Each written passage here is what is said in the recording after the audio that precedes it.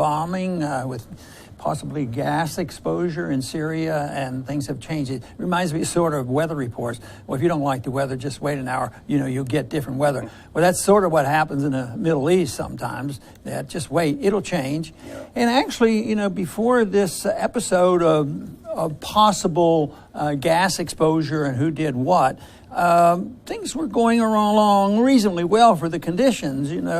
Trump says let the Syrians decide who should run their country, and peace talks were breaking out, and Al Qaeda and ISIS were on the run, on maybe defeated.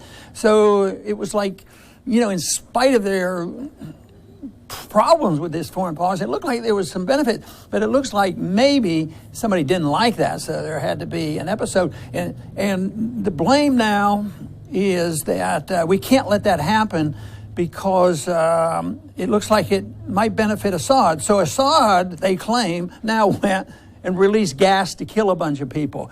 But, Daniel, we might not have much of a job here today because I looked at the New York Times to find out, to get the explanation, and they said, worst chemical attack in years in Syria. U.S. blames Assad. So it's all over and done with. But not quite so easy, is it? What happened 4 years ago in 2013, this whole thing about crossing the red line, and ever since then, the neocons have been yelling and screaming. Even part of the administration is still yelling and screaming about Assad using poison gases on his people 4 years ago. Not quite true. Yeah, it was never proven, in fact. And the UN official Carla Del Ponte said that attack was most likely done by the rebels based on the evidence. But here you have Nikki Haley, U.S. ambassador to the UN, almost as we speak, literally at the UN Security Council, saying, quote, "We know Assad has used chemical weapons before." It's not true. It has never been proven that he has. He may have. We do know that the rebels have used them. That has been proven. And who would benefit? It makes no sense, even if you were totally separate from this and take no sides of this, and you were just an analyst. It doesn't make any sense for Assad under these conditions to all of a sudden use poison gases. It's zero. I think it's zero chance that he would have done this, deliberately, and he's doing this now. But we could also go to a famous senator who's an expert on foreign policy, and we could go ask John McCain to explain it, and he found somebody to blame. And I don't know what he has it in for the president. We criticize our president once in a while, and we try to be, balanced and criticize the things we think he's doing that we don't like. But McCain says blame Trump. It's all Trump's fault because he hasn't been aggressive enough. He's backing off. He wants to have negotiations when you have to get rid of Assad. So he's back in prior to 2011 when the neocons, which are in cahoots with a few allies like Saudi Arabia and Israel, the Sunnis, and the Iranians, they're all, in cahoots together. So therefore, they have to be destroyed. Yeah, and it's, the fact is, as you point out, we're on the eve of peace talks, literally on the eve of peace talks. Assad has the upper hand in these talks. He's almost, essentially, with his Russian and Iranian allies, wiped Al-Qaeda and ISIS out of the country. So on the verge of this great victory that they've suffered for all these years, he decides, I think I'm going to go out and kill some people with gas. And if he just wanted to kill people, there are a heck of a lot better ways of doing it than using gas, which just guarantees that the entire world community, including your allies, are going to turn against you. As you say, he would have to be the most insane leader probably in the history of the world, a Caligula or something. Well, the collusion of several groups, and we might throw pro-oil people in and pro-military industrial people that is in this effort to continue wars going on. But I think it's the same group of people we dealt with when we were trying to prevent, the remaking of the Middle East under Bush and his marching in to have regime change in Afghanistan and Iraq, and look at the results there. But they never learned from this, so they just shift gears, go to Libya. If it doesn't work, let's go over now, and maybe they consider they've had a tremendous success in Ukraine or something, but now it's Syria, and they're into it. But they're all coming together, and when you look up at what they do, is they do have to get some type of public support for the war. Although they're behind the scenes, the neocons and the deep state, they're making the plans, they rule the day, but they still know that they have to use their propaganda machine to get the people behind them. And I think that is what's going on. They did that in Iraq successfully because people believed Saddam Hussein was a monster, and they sort of forgot about it. The people allow the Congress to keep spending all this money, to remake the Middle East. Keeps getting worse, but a lot of people, hopefully we can make inroads, in the public perceptions of this, that this makes no sense whatsoever to just blindly support this policy. So the interesting thing, of course, and it's very important, is how's Trump going to handle this? The first statement I heard, Assad's a bum, we got to go after him. He was really, really tough. And the next time it wasn't so tough. So he almost had two answers. It wasn't, no, I don't think it was him. We don't need to escalate. We need to find out more what's going on. It doesn't make any sense that he's done that. So he's sort of in between on this. And it's important now if you go to Haley, and other military people that are in the administration, they're gung-ho sometimes to support the neoconservatives. But it's the neoconservatives who are benefiting tremendously from this because it's derailed the progress that has already been made moving toward a more peaceful settlement in Syria. Yeah, and the loss of the rebels. But, I think it's the reaction is epitomized by Boris Johnson, who's the UK foreign minister. Here's what he said. All evidence points to the Assad regime. In the next sentence, he called for a thorough and international investigation. Well, how do you have all the evidence pointing to someone if you haven't had the investigation yet? And I think it's interesting that the initial stories about this attack came from two sources. One of them is an NGO based in the UK that's not even in Syria, and the other is a US-funded group called the White Helmets, very controversial group because they work very closely with al-Nusra Front in Syria. Both of these groups are paid for by the US and UK government, so you at the very least would have to be suspicious about these reports. And plus, I've seen pictures that the White Helmets have put up of them handling these people supposedly hit with sarin gas, but they didn't have any protection. And everything I've read about sarin is that it's absorbed through your skin. Remember the prop they used leading up to the Iraq War of taking babies out of incubators, and it was all staged, a paid PR firm in the United States using people in the United States to claim that as a story. But McCain actually made fun of the notion when Trump came out with a reasonable statement. Let the Syrians decide about this. It's just this whole thing. He says, how can they do it? And he argues that what right do they have to decide their own country? But that would be the argument for why should we be there? Even at all? Why wouldn't we let the Libyans and the Syrians and the Iraqis and the Afghans let them all decide? But that's not that option's not usually on the table. There's another option that they throw out there. And what a hypocrite he is, because here's the same guy who's screaming about the Russians interfered in our elections, and then he says, oh, no one else is allowed to decide their own. Right. But here's another good example, Adam Kinzinger, a Republican of Illinois. And this shows the mentality of many people in Congress. And so people think that these people are statesmen and they're so well versed. This is what he said. I think there needs to be punishing strikes against the Syrian regime as a result of this. You could hit the command and control centers, cutting Assad off from his military forces. So what he's calling for is literally World War III.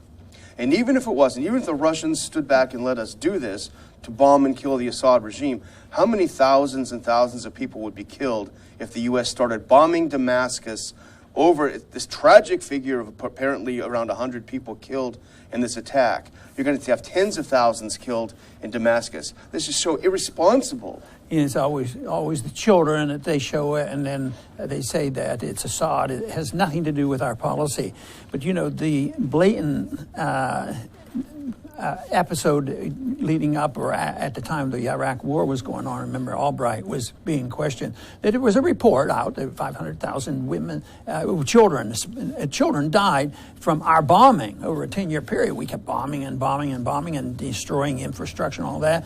And she didn't deny it. She says, well, if that's the cost, it is. We have to have it. So this idea that they can show his child and say that child's been gassed and it was Assad's fault, and therefore we have to bomb everybody and kill a lot more people, then who knows what will happen. See, what they're betting on is those who are shouting that maybe they can just stop the peace talks, but they don't believe our policies will lead to a hot war with Russia. I don't happen to believe it will either, but do you think there's a guarantee that something like that couldn't happen?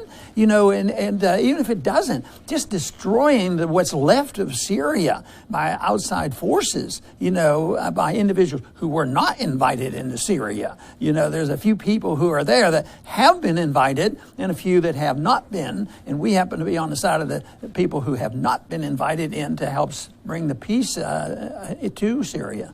And, you know, if Kinzinger and people like him get their way, Syria will be ruled by, best case scenario, ISIS or Al-Qaeda, or it'll turn into another Libya. But, you know, people would say, if watching the show right now, they'd say, you guys are just a couple of apologists for Assad. We're not, as you know. The fact is, as you pointed out earlier, we don't believe the lies. And we believe now that we're being told lies like we were in Libya, like we were in Iraq. It has nothing to do with whether we like or dislike Assad or think he's a good guy or a bad guy.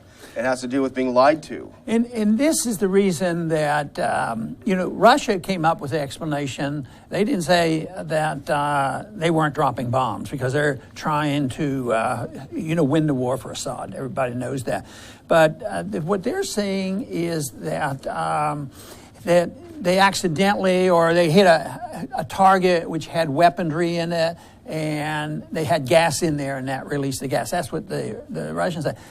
For some reason, I don't even think that is the case, even though I have no idea. But if you're looking for a reasonable explanation of it, there's somebody has been involved. If it turns out there's gas, like you say, they don't even know it if there's gas. But if there was gas involved, then it was, you know, probably inspired by some of our sinister forces, because we're always involved. I mean, did we have a change of administrations in Ukraine without NATO and the United States and CIA and special forces? No, that's how it happens. So why would this, which is a significant event, maybe it'll blow over and people will forget about it and say, oh yeah, that's another episode.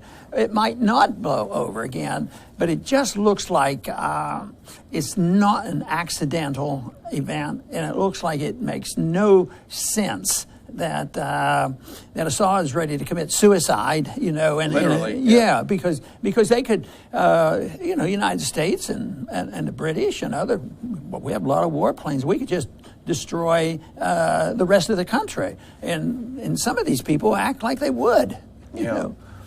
And, you know, if he was keen on just killing people, then why is Aleppo, now that the terrorists are out, why is it rebuilding? You know, you see pictures of it rebuilding. Why isn't he in there killing people if that's just what he likes to do?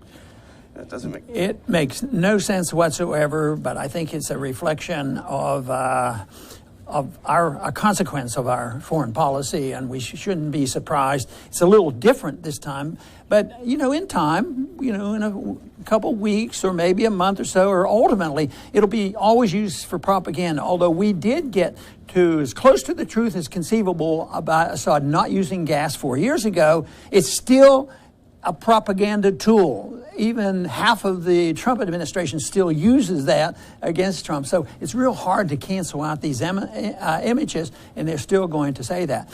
So how would you put all this together, and what do you think might happen? Well, I think you're right. The propaganda value is so strong. Even if a couple weeks down the road, it doesn't look so much like he did it, it's already established. And the one final word that I would, you know, Nikki Haley, I think, is one of the worst people in the administration. Here is just a couple of days after a terrorist attack in Russia, in St. Petersburg. And she was at the UN Security Council today saying, how many more children have to die before Russia cares?